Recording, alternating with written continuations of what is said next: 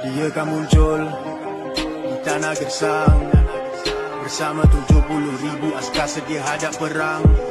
Sekalian alam terpinga-pinga, dari kurosan mereka berjalan keliling dunia. Hey, terbit mentari bukan terbit yang biasa. Tanah kering kontang kemarau panjang alam yang binasa. Hey, kita lemah longlai, dia tu raja penipu. Apabila dia keluar kurung dan ikanlah isteri dan anak perempuanmu. Dekat kita dengan dajjal nak keluar, lagi berkualiti kita. Dan apa kualiti yang paling penting? Akidah kita, iman kita, ibadah kita, akhlak kita, ukhuwah kita. Macam ni kan, kita mungkin tak kenal antara satu sama lain, tapi Allah isi jumpa ni perkenalan antara satu sama lain. Bina ukhuwah, kasih sayang antara satu sama lain. Kualiti tu yang nombor satu, bukan persiapan fizikal. Walaupun kita tak nafikan persiapan fizikal itu penting, tetapi sebenarnya kualiti dalam setiap aspek yang kita lakukan, itulah hakikat. Nak bangkit, sebab kita tidak akan bangkit, Islam tak akan bangkit kecuali kita layak untuk diberikan kekuatan untuk bangkit. Dan Allah akan bagi menang. Allah tak akan bagi menang kecuali kita layak menang.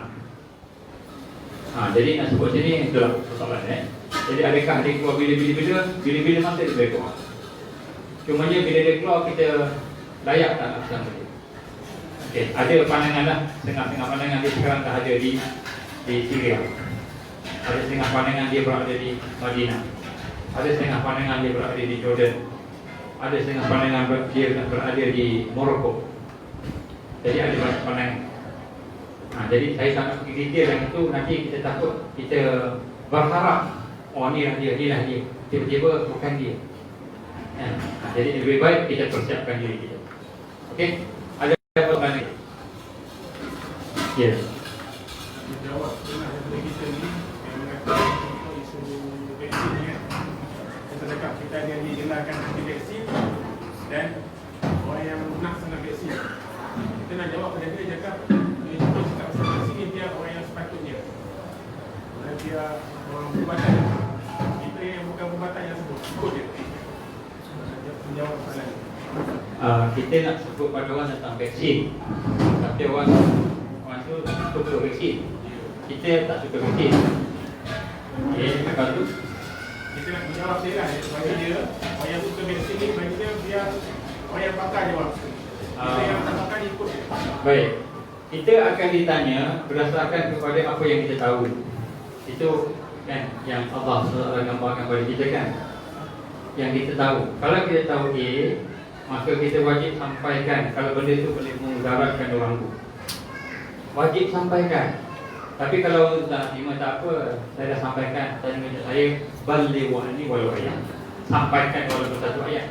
Saya tahu benda ni tak elok, maka saya kena sampaikan. Kalau saya sampaikan besok, Allah tanya saya, kenapa tak cakap kat dia? Tiba-tiba dia pula cakap, dia ni dah tahu tapi tak cakap kat aku. Ada benda tak elok. Jadi tanggung kita menyampaikan. Dia terima tak terima, terpulang kepada hidayah Allah yang Allah nak bagi pada dia. So tak apa, dia terima, alhamdulillah. Dia tak terima, tak apa, terima kasih saya dah sampai. Tanggungjawab kita. So kita tak ada masalah.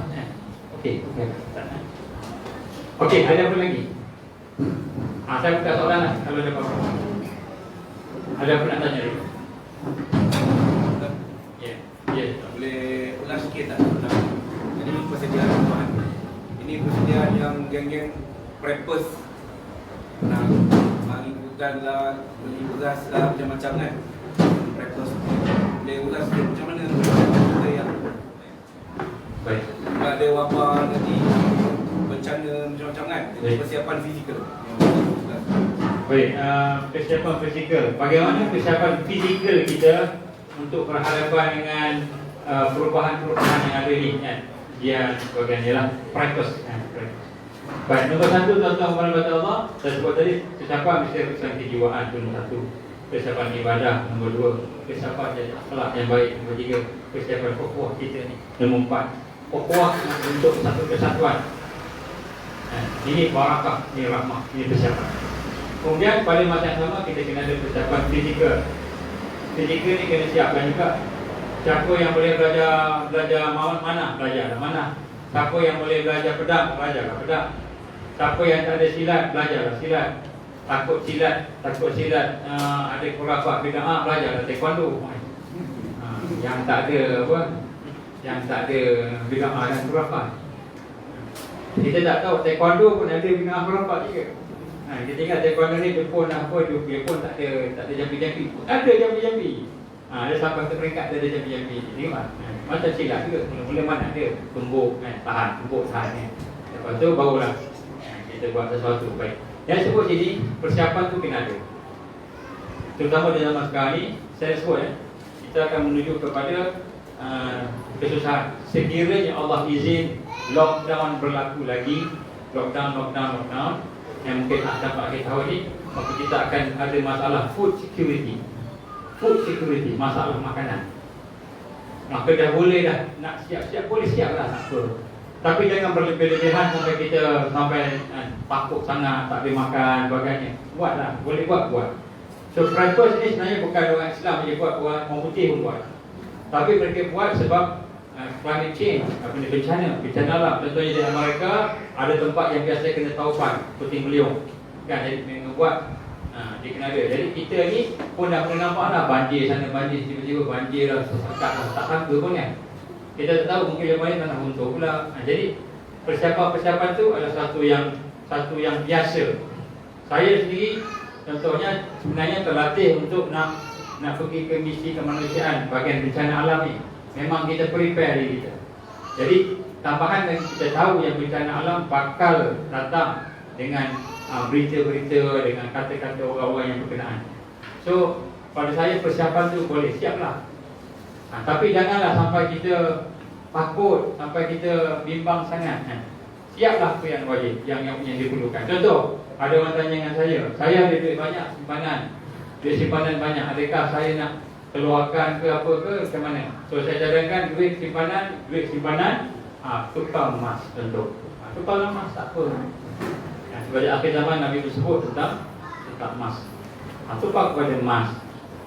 Nanti banyak sangat susah nak simpan. Bagi saya simpan sikit. Saya boleh terus simpankan. Tapi kalau ada berlaku tak jumpa, halal lah caranya. Tapi dah tepi Islam, seorang pergi sana, seorang pergi sini kan, tak boleh jumpa. Jadi maknanya preparation sebenarnya Dr. Izzah sebut tadi, kita kena buat, insyaAllah. Tapi jangan sampai peringkat kita berlebihan. Contoh, jual rumah sebab nak masuk hutan. Jangan sampai peringkat tu. Jual rumah sampai nak masuk hutan.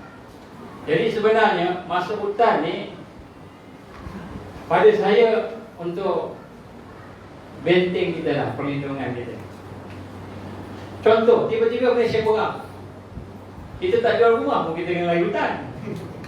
Nak selamat, kata contohlah Kuala Lumpur kena bom, kata kan, tak tahu. Sebab Amerika kan, kalau seperti kita ni, Audiens Selatan ni, katalah dia tembak tempat kita kan. Kena pula tempat Ampang, kita duduk kat Ampang, kat Ampang ada cari kan. Seperti kat sini ramai preppers kita. Bagi dia dulu. Contohlah. Jadi kita kena selamatkan diri kita. Masa tu adalah bag emergency kita. Bag emergency kita siapkan. Maknanya kalau ada apa berlaku, pop kita tarik tu je. Dalam tu dah ada pakaian kan. Kalau boleh, kalau dicadangkan oleh preppers, orang yang mempersiapkan untuk bencana kan. Kalau boleh untuk dalam masa 90 hari. Kalau boleh. Makanan untuk 90 hari. Kalau boleh lah. Kalau tak boleh 30 hari. Kalau tak boleh 3 hari. Maknanya benda yang prepare. Maknanya untuk sementara kita nak bergerak ke tempat yang selamat. Nak gerak tempat selamat. Contoh, katalah berlaku bencana di kawasan kita, terputus semua sekali bencana alam. Jadi orang preppers ni memang dia bersiap. Itu satu. Maknanya tempat kita nak pergi itu tempat yang kita nak mencari perlindungan seandainya ada emergency. Ada. Kita tahu nak pergi mana, route mana nak ikut. Tiba-tiba Malaysia, mustahil tak Malaysia berang? Mustahil tak? Tak mustahil. Tambah pula orang memang mimpi perang ni. Betul, memang mimpi perang. Saya jumpa mimpi orang yang soleh-soleh kan ni, mimpi perang berlaku. Tapi saya kata tak boleh jadi hujah. Tapi mustahil, tak mustahil. Jadi kita kena prepare je lah, just in case. Okey, lepas beberapa bulan tengok tak perang juga, makan lah benda tu. ganti pula benda lain. Refresh. Jadi preparation tu ada, tapi jangan sampai kelangkah. Baik, adakah kita kena jual rumah nak basuh hutan? Baik, konsep Al-Kahfi. Konsep Al-Kahfi dia hanya keluar daripada tempat dia tu apabila nyawanya terancam, akidahnya terancam, agamanya terancam. Dua ni. Jadi sekarang ni terancam tak? Belum terancam lagi. Jadi adakah dia pergi ke masuk dalam gua tu, dia nak buat rumah kat situ, kondo kat situ? Konsep dia keluar untuk kondo, nak buat perkampungan? Bukan. Ini konsep nak menyelamatkan. Ini nombor satu. Ini konsep menyelamatkan diri kita. Jadi sebab tu adakah kita kena pindah ke mana-mana? Kan? Pindah ke mana-mana seandainya nyawa kita terancam, agama kita terancam, wajib kita hijrah. Nak selamatkan nyawa dan agama dan nyawa. Baik, seandainya tidak, kita wajib pertahankan diri kita. Pertahankan diri kita. Andai kata kita pertahankan diri kita, tiba-tiba mati kat situ, syahid fisabilillah. Dan tuan-tuan perempuan, jangan kita ingat kita lari daripada bandar, umur kita panjang sikit. Jangan. Umur kita dah tetap dah. Kalau umur kita 65 tahun lah kita mati nanti. Kalau umur kita sampai tahun depan lah kita mati. Kita buat apa pun, fa iza jaa ajaluhum la yastakhiruna sa'ah wa la yastaqdimun. Sampai ajal tak lambat satu saat, tak cepat satu saat. Maknanya apa? Kita masuk ke hutan ataupun buat perkampungan bukan sebab lari takut, bukan. Siapa yang pergi dengan sebab lari dan takut, niat dah tak betul lah. Maknanya dia nak dunia, al-wahan tu ada kat situ. Kita pergi ke satu tempat, okey, kenapa kita nak buat perkampungan Islam? Sebab kita nak pilih jiran-jiran yang soleh-solehah, supaya boleh membantu membentuk satu jama'i, satu suasana yang harmoni. Jadi mestikah kat hutan? Tak ada mesti. Mungkin kat sini, mungkin kat sana. Tapi maknanya tujuan kita buat perkampungan itu supaya perkampungan itu ada bi'ah yang tarbawiyah, ada suasana yang boleh mendidik kita, ada sahabat-sahabat yang soleh yang tolong-menolong dalam keadaan susah. Kita pergi satu tempat, tiba-tiba tengok jiran kita tu teruk. Dah lebih teruk daripada jiran aku kat bandar. Macam mana? Jadi sebab itu kita kena faham konsep dia. Nombor satu, konsep kita Islamic Village ni, nombor satu, akhir zaman. Saya suruh pasal akhir zaman. Nombor satu, kerana kita nak selamatkan din dan nyawa kita. Maknanya dalam konsep benteng. Kita dah tahu dah, dekat Batu Cave ada cave yang ada gua yang dikuasai oleh Hindu. Sebelah sana pula tak ada orang. Ini kita punya. Berlaku kita duduk kat gombak, berlaku masuk situ. Dalam gua, duduk dalam gua. Katakanlah gombak kena serang dengan juris. Kata kita dah dalam gua, kita dah tahu nak ke mana. Orang yang tak tahu nak cakap, nak ke mana, mati. Lah walaupun mati juga masa kat situ, tapi nak sebut dia tak tahu, tak bersedia. Allah suruh kita bersedia. Baik. Jadi pertama konsep menyelamatkan agama, menyelamatkan nyawa. Itu satu. Yang kedua, konsep kita buat perkampungan Islam, perkampungan akhir zaman, supaya kita boleh bersama-sama dengan kawan-kawan sahabat kita yang kita kenal, yang sama-sama kita bina kuatan tadi, supaya bila berlaku kesusahan itu tolong-menolong. Dan tuan-tuan puan-puan sekalian, memang kita kena tolong-menolong, wajib tolong-menolong ni sekarang ni. Kerana memang kita tak mampu nak lawan seorang-seorang. Lepas tu kita kena kenal-kenal. Tu dah sebab kita kenal-kenal. Kita kena tahu program. Kalau orang di Melaka, kenal siapa dekat Melaka. Besok apa-apa, ada kawan-kawan sahabat-sahabat yang tolong-menolong. Sebab pertolongan Allah tu pada barakah, ukhuwah dan jamaah. Kita ingat, kita duduk seorang-seorang, simpan duit seorang-seorang, simpan makanan seorang-seorang, semua seorang-seorang, kita selamat. Tak, tiba-tiba yang kita simpan tu orang pecah rumah masuk, curi kita punya barang. Berlaku tak? Berlaku. Jadi di mana kekuatan ni? Jamaah. Jadi konsep perkampungan Islam tadi ialah supaya kita membina jamaah yang boleh tolong-menolong antara satu sama lain. Boleh bantu-membantu bila susah.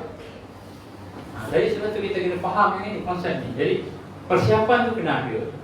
Kan? Tapi jangan sampai sekarang ni, sampai pegang kita nak jual rumah kita. Jangan jual rumah. Ada 2-3 orang contohnya tanya kat saya, 2-3 orang tanya kat saya, boleh tak saya nak jual rumah saya tak nak dapat panggil pinjaman. Contoh apa saya sebut sini, pinjaman yang kita dah buat yang tak boleh nak bayar. Ada, macam mana saya nak bayar tak boleh nak bayar? Pinjaman yang kita dah sign, dah buat, wajib kita bayar. Kalau kita dah akad itu kita kena bayar. Tak boleh bayar, tak apa, bayar sekadarnya. Besok kita tak ada kerja macam mana? Tak apa, dia nak gampang-gampang lah. Macam mana sistem dia, kan? Tapi jangan kita menggadaikan sesuatu yang kita dah ada ini dengan sesuatu yang kita tak pasti lagi ada. Tak pasti lagi ada. Betul ke Dajjal nak keluar 2024? Belum tahu. Memanglah kita kata tadi kajian tapi belum tahu, tengok-tengok kan 2040 baru Dajjal keluar. Kita kan duduk kat hutan lama dah. Oh, tak. Mana tak keluar-keluar ni menyesal aku. Saya juga kena nanti. Dia tengok ceramah saya satu. Itulah satu dia tengok. Itu pun poin pindah. Dia sedar. Poin lain-lain semua dia tidur. Oh, kena pindah. Poin pindah tu dia dengar. Poin saya kata sebelum ni kena prepare lah apa. Tidur. Tengok lah. Dia pun kena pindah. Tengok Dajjal keluar 2040 sudah. Anak dia dah tak sekolah, dia putih kerja, makan, cukup tanam. Padahal dia boleh bagi sumbangan pada masyarakat. Macam-macam dia boleh buat. Kan kelakar. Orang tu apa kita tahu. Tapi kadang-kadang fikir kita macam tu kan, betul? Islam tidak memberatkan kita, melainkan apa yang kita mampu. Okey, saya bagi satu rahsia. Apa rahsia? Rahsia yang tuan-tuan, dia boleh rancang apa dia nak rancang. Dia boleh buat apa dia nak buat. Dia boleh hina kita, kutuk kita, tangkap kita, bunuh kita. Bila Islam menang, Islam akan guna semua yang dia buat untuk kebaikan Islam. Contoh, sistem digital currency. Kita boleh tak nak elak digital currency? Saya tanya ke tuan-tuan sekarang ni bawa banyak cash dia, bawa sikit cash kan? Habis cash yang lain kat mana? Dalam kad kan? Saya pun tak tahu. Dalam kad kan? Kredit kad ke debit kad kan? Kita ni dah 80% transaksi kita dalam digital. Tak percaya cuba cek balik. Semua transfer duit TT lah, apalah semua kan. Semua guna digital. Kita sekarang pun dah guna digital. Kita boleh tukar digital bila dah ke 100%. Tak boleh. Tapi kenapa simpan emas? Simpan emas tu untuk kita jaga sekiranya berlaku emergency-nya. Tapi sistem digital currency ni boleh tak kita elak? Secara akal logiknya tidak boleh elak. Jadi apa maksud tidak boleh elak? Maknanya kita kena melalui dia dengan keadaan seminima yang boleh pergantungan kita pada sistem Dajjal. Jadinya kita akan terpaksa duduk dalam sistem dia. Mungkin vaksin pun terpaksa ambil. Contoh. Ataupun digital currency terpaksa ambil. Chip kena ambil. Kalau tak ada chip ni besok, tak boleh buat mana-mana. Keluar pula dalam satu apa namanya mesej tadi. KJ dalam tak tahu lah betul ke tak tahu, tapi dia tulis kita dah nampak dah jalan-jalan di Titi Bangsa ni, banjaran Titi Bangsa ni nak pergi ke kawasan ni. Ini tempat untuk pelancongan, bakul pelancongan. Wah, ada satu datang kata dia dah tahu dah tempat kita. Dia dah tahu tempat kita dah sembunyi. Siap ada ni dapat pelancongan pula. Alah, rosak mobil kita. Nampak tak? Dia tahu semua. Kita nak lari boleh lari tak? Ada masa kita tak boleh lari dah. Jadi apa nak buat? Baik, yang pertama kita mantapkan diri kita dah sebut tadi, preparation. Yang kedua, kita kurangkan pergantungan kita dengan sistem semaksima yang boleh. Contoh, sistem makanan. Kalau kita tahu akan ada masalah food security dalam setahun 2 ni, InsyaAllah akan ada. Kalau ikut perancangan dia. Ni saya sebut ni benda yang WEF dah sebut. Nanti saya akan sebut. Isnin malam atau saya akan sebut. Dia pun dah sebut dah. Jadi apa yang dia sebut ni, kita kata ini plan dia. Baik. Katakan kita akan baharu dengan food security. Jadi apa nak buat? Jadi kita mulalah apa ni, berfikir tanam. Contohnya anak-anak muda sebelah sini, okey, semua tanam dan pertanian. Anak-anak muda sebelah sini contohnya kan, bahagian marketing. Jadi kita buat sistem kita. Itu maksudnya kita kurangkan pergantungan sistem dia. Bila kita kurang pergantungan sistem dia, maka kuranglah kita ni nak terdedah dengan kesesatan yang dia nak bawa. Dia nak tahan macam salah seorang tuan guru dekat tadi. Saya ni dah bencin, kata. Jadi saya ni kalau dia nak buang kerja pun saya dah tak kerja. Kalau saya nak potong gaji pun saya dah tak ambil gaji dengan dia dah, kata. Jadi kita dah tak ada ikatan, ketakutan dengan dia. Yang kita takut bila kita bergantung dengan sistem dia. Bila kita bergantung dengan sistem dia, itu yang kita kena. Dia sebab tu, bila kita tahu tentang ekonomi, macam mana kita nak keluar daripada pergantungan pada sistem ekonomi dia supaya kita boleh survive. Makanan, macam mana? Sebab tu tuan-tuan mobile kena ada di kalangan kita yang mungkin akan buat bahagian pertanian. Ini kata jamaah. Akan sebahagian buat tentang penternakan, bahagian ikan-ikan. Kita dah tak bergantung dah dengan internet. Mungkin orang lain bergantung dengan antarabangsa. Tapi antarabangsa dah tak ada dah. Food security maknanya dia orang import export dah tak ada. So kita masih boleh survive. Itu maksud dia. Jadi bila kita tahu tentang perkara itu, kita boleh survive dengan sebab kita memahami sistem ni, perlu kita keluar daripada sistem. Sehingga akhirnya kita boleh duduk hidup tinggi. Tak semestinya dekat hutan, tak mesti dekat bandar. Tapi bagi mereka yang boleh buat perkampungan tu dengan keadaan terjaga, sistem yang terjaga, suasana yang terjaga, baguslah. Maknanya dia dah independen. Tapi saya minta jangan sampai kita membebankan diri kita sendiri. Sebab Allah akan bagi mengikut kemampuan kita. Dan saya tahu kita semua takut. Kita bayangkan Dajjal akan datang paksa kita semua.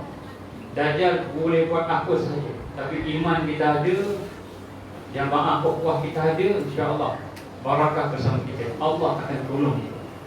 Janji Allah, Allah akan tolong orang beriman. Boleh ke Prof? Jadi apakah barang yang nak persiapan, nanti insya-Allah kita akan buat. Kita akan senaraikan. Contohnya dalam bag emergency apa nak ada. Jadi kawan-kawan kita dah buat dah benda ni, cuma kita nak saktikan dia. InsyaAllah. Wallahualam. Ada apa lagi soalan? Okey tuan. Saya nak tahu soalan lain sama ada saya dah jelaskan kerana saya terlepas dah. Ya.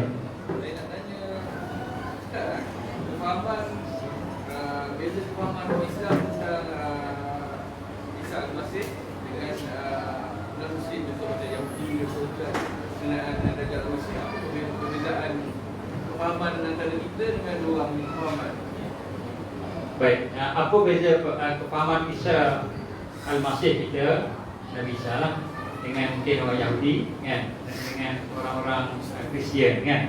Baik, jadi Isa kita macam kita tahulah, Nabi Isa akan turun kan, Nabi Isa akan turun dan akan membunuh Dajjal. Pada orang Yahudi dia panggil Malik Messiah, Al-Masih, Raja Al-Masih. Ini perkataan dalam Old Testament dia. Maksudnya orang Yahudi memang dia tunggu raja dia sebut raja. Jadi patutlah salah satu tanda Dajjal dia keturunan raja. Jadi kalau keturunan raja kita ni orang biasa-biasa ni kan, insya-Allah bukan Dajjal lah ya. Dajjal kecil lah kan. Baik. Sebut pada dia raja. Maknanya ketua. Tapi bagi kita raja tu adalah Dajjal. Bagi kita yang dimasukkan Malik Messiah itu adalah Dajjal. Bagi dia penyelamat, savior. Bagi orang Kristian pula, Dajjal ini dia panggil Antichrist yang akan menyamar jadi Nabi Isa pada orang Kristian. Dan dia juga yakin Isa akan turun.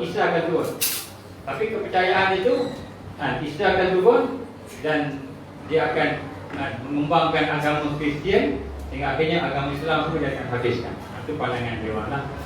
Jadi sebenarnya tentang Isa turun tu tiga agama samawi ada konsepnya, cuma berlainan antara satu sama lain. Kita Al-Masih, Isa turun sebagai orang yang akan menyelamatkan Islam.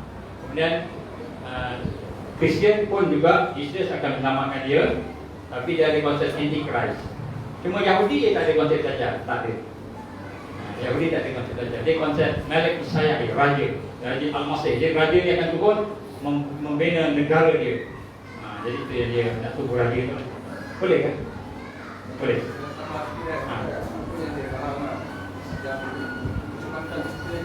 Dalam yang sekarang ni kita nak memperkasa ni kita tauhid.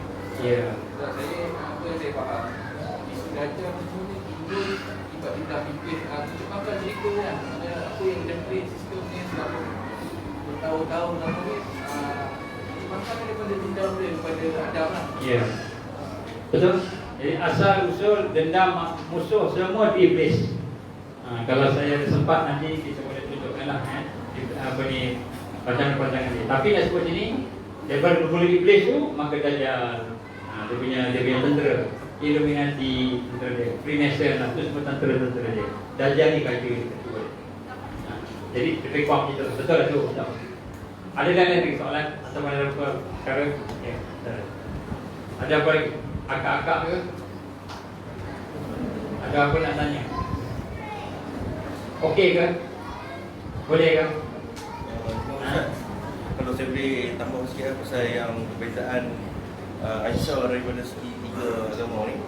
Kita dah clear Nabi Isa ni Nabi Isa yang dulu, yang Allah angkat ke langit dan akan turun semula pada akhir zaman. Ikut kajian kami yang ada jumpa juga dengan pakar-pakar yang buat kepentingan agama, Isa pada sisi Kristian adalah Isa yang dulu bagi orang Kristian dah mati lah. Tapi Isa yang turun semula ni adalah Isa yang kelahiran semula, bukan diturunkan. Itu yang ketiga, dari Yahudi tu sebenarnya pun tunggu Isa, tapi masalahnya dalam dalam kitab-kitab yang ada dia orang dah diseleweng. Jadi raja yang dia orang tunggu tu sebenarnya adalah Dajjal tu. Baik, jadi lebih kuasa lah sebut tadi orang Kristian panggil Isa tu rebirth, reborn, lahir semula. Dia sebut begitu lah. Sebab dia kata Isa mati kan, kat tanah Palestin tu. So Isa ni dilahirkan semula. Tapi konsepnya Isa juga lah, turunkan, dilahirkan.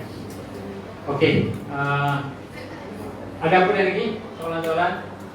Ada apa lagi tak? Tak ada Okey, kalau tak ada, saya nak ijazahkan sesuatu boleh? Kalau tuan-tuan puan boleh terima, saya nak ijazahkan tuan-tuan syahadah la ilaha illallah. Tapi ijazah ni secara umum, dia sebenarnya kena seorang-seorang. Jadi yang ini umum punya lah, umum. Dia dapat daripada tuan-tuan guru kita sampailah ke Syekh Abdul Qadir Jalani, sampailah ke Sayyidina Ali, sampailah ke Rasulullah sallallahu alaihi wasallam. Jadi saya baca dan saya ikut. Sepatutnya kalau nak ijazahkan syahadah ni, dia kena ada wuduk, dia air sembahyang, kena ada wuduk, kena duduk tenang-tenang, kena fikirkan, bayangkan ini sifat Allah dan sebagainya. Tapi yang seperti ini mungkin sebagai satu khatimah. Dan nanti insyaAllah bila kita boleh ada peluang, kita buat secara individu dengan kemudian kita buat. Baik, apa yang kita nak sebut sini, Sayyidina Ali karamahullah dia telah bertanya dan berjumpa dengan Rasulullah, dan Rasulullah telah pun memberitahu dan amalan yang paling mudah, yang paling ringan, yang paling cepat untuk sampai kepada Allah. Maka dijawab oleh Rasulullah SAW setelah dia duduk diam, maka Jibril menyampaikan kepada dia apa namanya wahyu. Maka bagi dia pun mengatakan bahawa apa yang aku baca dan apa yang Nabi-Nabi baca yang merupakan afdalul zikr, satu perkataan, satu zikir yang paling afdal, memang kita sebut la ilaha illallah. Macam mana caranya? Nabi pun sebut la ilaha illallah, dia pegang dada Sayyidina Ali. Kemudian sempat tu pun dia kata ikut, tutup mata. Nabi tutup mata, kemudian Sayyidina Ali pun tutup mata. Kemudian Nabi pun baca la ilaha illallah dengan keadaan tutup mata. Kemudian Sayyidina Ali pun ikut. Jadi bila dah diajar sebanyak 3 kali dibaca, maka selepas itu Dan Ali Rasulullah pun ajar bersahabat-sahabat yang lain. Ada yang diajar oleh Sayyidina Ali dan sebagainya. Ini antara kaedah yang digambarkan oleh tuan-tuan dulu kita lah. Jadi sanad dia, yang jadi sanad dia. Sanad dia maknanya daripada kita tuan ni, tapi kita nak sebut satu-satu tu panjang lah. Jadi kita sebut yang besar-besar dia. Yang besar-besar apa? Dia sampai ke Abdul Qadir Jailani rahimahullah, merupakan cucu dia Rasulullah SAW yang ke-17, keturunan ke-17. Itu naik sampai ke Sayyidina Ali. Daripada Hasan sampai ke Sayyidina Ali. Radhiyallahu anhu sampai ke Rasulullah SAW. Tapi yang kita buat ni tak sempurna sebab kita buat secara ramai begini. Tapi nak sebut, kita berlatih dulu. Dan selepas kita buat ni, kita kena amalkan. Kita kena amalkan. Nanti saya akan sebut kita kena amalkan. Boleh kan? Tanpa yang naik. So, kita harap bila kita faham akan kaedah ini, maka kita harap kita akan mudah nak amalkan zikir la ilaha illallah. Sebahagian mungkin dah ada, tapi sebelum ni saya tak sebut ijazahnya. Saya cuma bacakan. Oleh kerana ramai ni dah ambil peluang lah kita cuba. Baik, mula saya akan baca la ilaha illallah. La ilaha illallah itu 6 harakat. Lagi panjang lagi bagus, 6 harakat lah. Ataupun paling pendek 2 harakat. La ilaha illallah. Lebih macam itu. Dan bila saya baca, maka tuan-tuan pun ikut la ilaha illallah. Baca dengan lidah dan baca dengan hati. Baca dulu. Jangan lidah aja. Hati pun baca sama. Kemudian mata tutup. Dan mata tutup. Kemudian nak bayangkan sifat-sifat Allah yang hebat. Apa yang kita paling hebat, kita boleh bayangkan sifat Allah. Contohnya kita baru dapat nikmat, dapat satu rezeki daripada Allah. Maka kita nak bayangkan Allah Ar-Rahman. Nak baca la ilaha illallah dengan perasaan sayang kepada Allah. Kalau kita sedang keadaan masalah, sedang keadaan susah, nak ada benda mengganggu kita, maka kita nak bayangkan bahasa la ilaha illallah tu perasaan apa? Perasaan nak tunduk, nak bergantung pada Allah, nak minta pada Allah, nak rendahkan diri pada Allah. Rasa ya Allah, Engkaulah tempat aku bergantung, Engkaulah tempat aku berharap, Engkaulah tempat aku memohon. Ya Allah, tolonglah aku. Perasaan seperti kata Imam Ahmad, dia kata apa? Seperti seseorang yang naik kapal, tiba-tiba dia terjatuh ke dalam laut. Jatuh dalam laut dan kemudian lepas tu dia nak lemas. Tak ada apa-apa pun dia pegang kecuali Allah saja. So kita bayangkan kalau kita sedang ada masalah, kita sedang nak lemas, tak ada apa-apa, maka hati kita rendahkan pada Allah. Hati kita minta pada Allah Subhanahu Wa Taala supaya rasa bahawa kita berharap sangat pada Dia, bergantung pada Dia, bertawakal pada Dia. Boleh. Jadi sekarang ni tuan-tuan tenangkan fikiran bila kita baca istighfar dulu. Tuan-tuan tenangkan fikiran, cuba fikir apa sifat Allah yang paling mengesani hati kita sekarang. Dalam hidup jadi sekarang ni ada orang yang gembira, ada orang yang sedih, ada orang yang tak rasa apa-apa. Mungkin ramai juga tak rasa apa-apa. Yang tak rasa apa-apa, bayangkanlah sesuatu yang kita suka supaya kita rendahkan hati kita sayang pada Allah. Jadi bila kita sebut la ilaha illallah, bila kita sebut tu dengan lidah kita, dengan hati kita, dan kemudian hati kita nak rasa sesuatu, nak belajar merasai sifat Allah. Boleh. Jadi kita akan istighfar dulu. Lepas tu kita akan selawat kepada Rasulullah. Lepas tu kita akan baca doa. Okey, kita tutup mata dulu. Tutup mata. Kita relax tenang. Sedut nafas. Keluarkan nafas. Sedut nafas. Keluarkan nafas. Relax.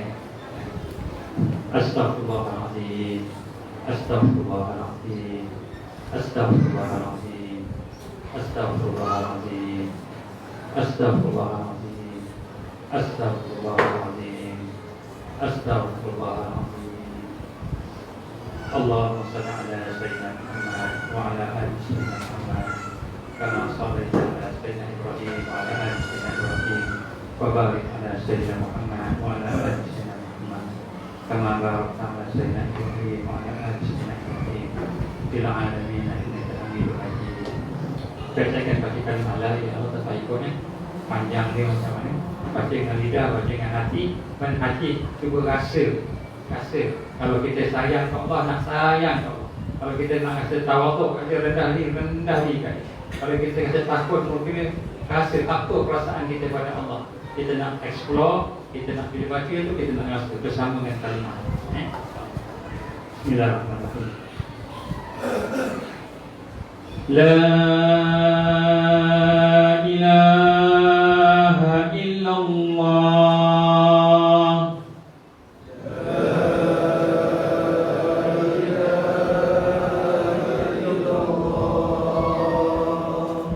La ilaha illallah.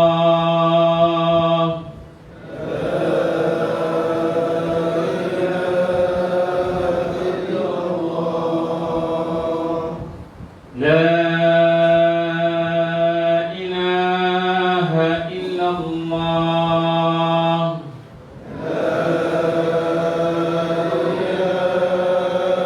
illallah.